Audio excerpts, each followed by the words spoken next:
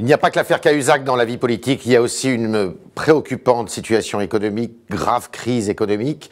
Et pour en parler avec nous ce matin, eh bien Jean-Louis Borloo, qui est le président de l'UDI, et puis député du Nord.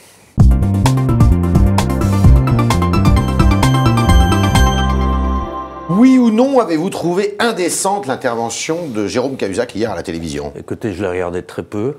J'ai plutôt lu les commentaires. C'est pas un échec du gouvernement. C'est voilà, une situation. Pas de commentaires.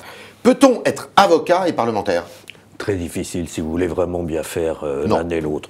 Non, on peut l'être marginalement, mais c'est un problème de simplement de disponibilité de temps. Bon, voilà, donc je pense qu'il faut regarder ces choses-là tranquillement et calmement. Il y a plein de manifs le 5 mai, et Jean-Pierre Raffarin dit ce matin, on n'est pas loin, il y a une menace de chienlit dans ce pays. Oui, non? Oui. Je pense que la question...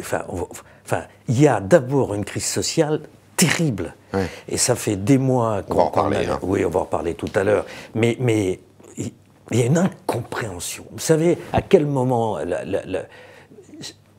la crise morale est née pour moi? Quand ce gouvernement de gauche a quasiment pris comme première mesure les heures supplémentaires. Près de 10 millions de salariés publics et privés. C'était le déclic d'une crise. Et ça, c'est plus à une mesure, ça c'est une crise de confiance. Alors on va entendre ce matin Jean-Marc Ayrault, qui était au micro de nos confrères de France Inter. C'est pas un échec du gouvernement, c'est une situation justement qui hérite d'une situation passée. C'est tout le problème des raffineries. Le gouvernement n'a pas laissé tomber les travailleurs de Petroplus. Alors, qu'est-ce que vous en pensez? Il ne l'a pas laissé tomber, ce gouvernement, les travailleurs de Petroplus? Écoutez, moi, je n'ai pas vu dans le détail ce dossier. Mais ce qui est clair, c'est que la stratégie de filière, d'anticipation, il peut y avoir des problèmes, des emmerdements. Moi, je ne suis pas donneur de leçons. Mais j'aimerais bien qu'on parle des filières sur lesquelles on peut travailler tout de suite. En 2 mots, ça fait des mois qu'on dit au gouvernement, vous ne pouvez pas maltraiter comme ça l'économie française. La croissance ou la décroissance, c'est 1, de la confiance, 2, le coût du travail, 3, des stratégies de filière, 4, que les Français sachent où ils vont. Et alors? Sur ces 4 sujets-là, c'est un échec. Est-ce qu'il y a mensonge? Parce qu'on parle du mensonge de Cahuzac, mais le mensonge, est-ce qu'il n'est pas justement dans le discours économique? On nous dit on va faire 1,2 de croissance l'année prochaine. Finalement, le FMI nous dit qu'on sera en récession, qu'on est en récession dès cette année. Et le Haut Conseil des finances publiques nous dit l'année prochaine, non, on ne sera pas à 1,2 de croissance. Il y a mensonge?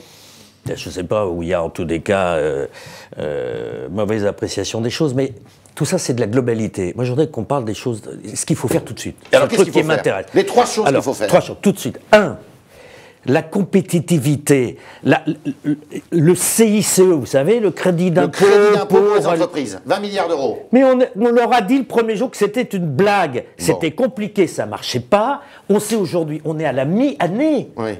Il y a 400 dossiers. Alors qu'est-ce qu'il faut faire à la place? La baisse immédiate des charges de toutes les entreprises de 6%, en commençant par celle de moins de 1000, et puis on est là. Tout de suite, et on supprime ce CICE bidon. Jean-Louis Borloo, c'est la première. La deuxième mesure. La deuxième, on rétablit les services à la personne, notamment le choix du forfait et les exonérations fiscales. Un secteur qui crée 100 à 120 000 emplois par an. Qui est menacé par les réformes. Mais qui va en détruire des centaines de milliers. Ceux qui travaillent dedans vont travailler beaucoup moins d'heures. Oui. Et en plus, on va retourner au travail au noir et à la déprofessionnalisation. Ça dépend que de nous. On leur a dit, on l'a écrit, je l'ai écrit au Premier ministre, écrit au Président. J'ai même proposé un débat, qui me disent que si j'ai tort, qui me l'expliquent. Bon. Troisièmement, le secteur du bâtiment. Le secteur du bâtiment, il y a un besoin. On a des financements, on a explosé la TVA de ces secteurs. On n'a pas de politique foncière. Il faut baisser la TVA. À combien? À 5. Et elle risque de passer à 10. À 10. Elle est votée à 10 avec effet 1er. Alors on nous dit, mais c'est l'effet 1er janvier, on peut changer d'avis. Il faut aller à 5. Mais c'est tout de suite. Mais les gens, c'est maintenant qu'ils font les dossiers. Alors il y a un autre problème. On dit, la France est en quasi-faillite, en déficit. Le gouvernement nous dit, promis, cette année, à partir de cette année, on va faire 2 tiers d'économie dans le train de vie de l'État et la marche de la France, des finances publiques, et on fera en recettes 1 tiers de recettes fiscales. Vous y croyez? Non. Non, où, quoi, comment? Et comment alors faire des économies? Mais attendez, il faut reprendre chacun, d'abord. Il n'y a pas que l'État. Ouais. Il y a l'État, on voit, c'est en gros dans la machine Bercy pour simplifier. Il y a les collectivités locales. C'est pas plus ou moins un gardien de prison, plus ou moins un institut. Non mais attendez, qu'on arrête les blagues. Bon. On a les collectivités locales et notre millefeuille invraisemblable. Et je regrette que l'Alsace n'ait pas voté cette réforme d'une entité unique. Le cofinancement pour un boulodrome. Vous avez la région, le département, la ville, des... Bon, il faut supprimer le département. Il faut en tout cas une collectivité unique de plein exercice, qu'on organise la proximité, bien entendu. Deuxièmement, les grandes stratégies avec nos partenaires sociaux.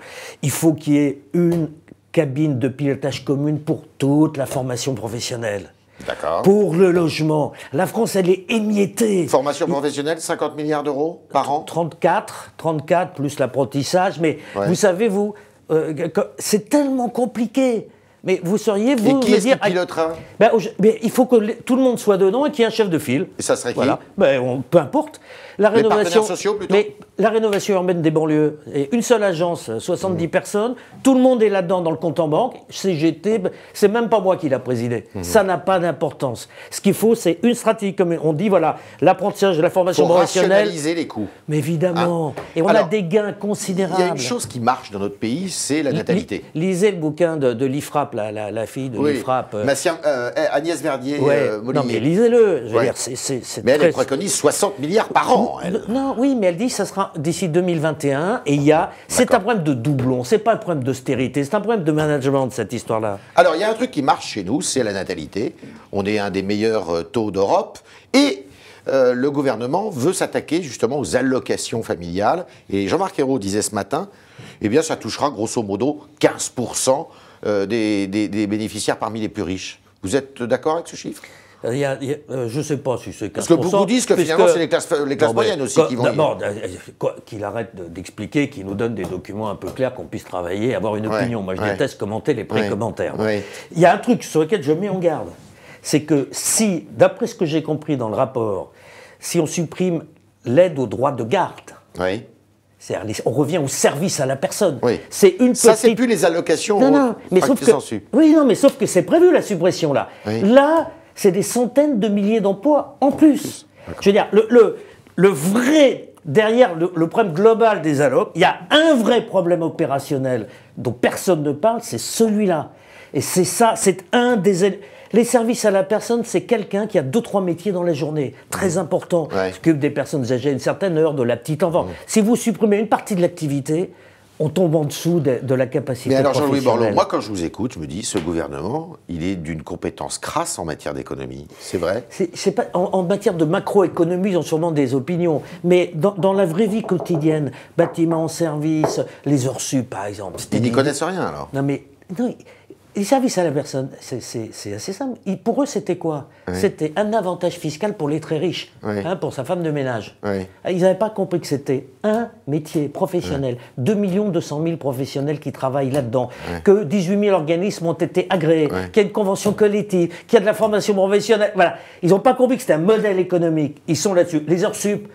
C'était la grande idée du partage du temps de travail. Allez, en gros, on supprime les heures sup. Vous auriez pu supprimer 35 heures. Mais bien entendu. Vous l'avez pas fait. Mais oui, c'est bien un problème, ça, quand même aussi. Mais attendez, moi, je vais vous dire, je ne suis pas là pour critiquer. C'est vous qui m'amenez là-dessus. Moi, je vous dis ce que je demande tout de suite, la baisse. Vous l'avez dit. Vous l'avez dit. C'est ça qui est important. Où va-t-on politiquement? C'est tenable pour François Hollande? Vous savez que moi j'ai dit il y a déjà plusieurs mois que mon sentiment, c'est qu'il y aurait une remise en cause en septembre. C'est ce que je pensais, parce que je ne voyais pas le gouvernement, qui a tellement dérapé sur son budget, présenter un budget pour 2014. Ce qui se passe là, ce que je sens monter... Une dissolution, c'est possible? J'en sais rien. La question de la respiration démocratique, je ne sais pas sous quelle forme elle va se poser.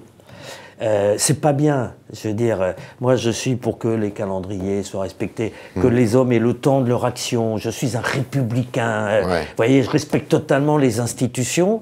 Mais bon, c'est pas simple aujourd'hui. Mais si au moins ils disaient aujourd'hui, il y aura plus. Voilà, allez, on augmente encore les impôts de X, mais promis, juré, engagement solennel, plus jamais pendant 4 ans. Les gens se remettraient à investir, à changer la voiture, à refaire la chambre des enfants, à acheter un outillage. Mais là, ils savent pas comment... Donc, il faut arrêter de mentir. Et oui, et je pense que vous allez voir que l'épargne va progresser, la consommation, par ailleurs, va baisser. Jean-Louis Borloo, merci. Bonne journée.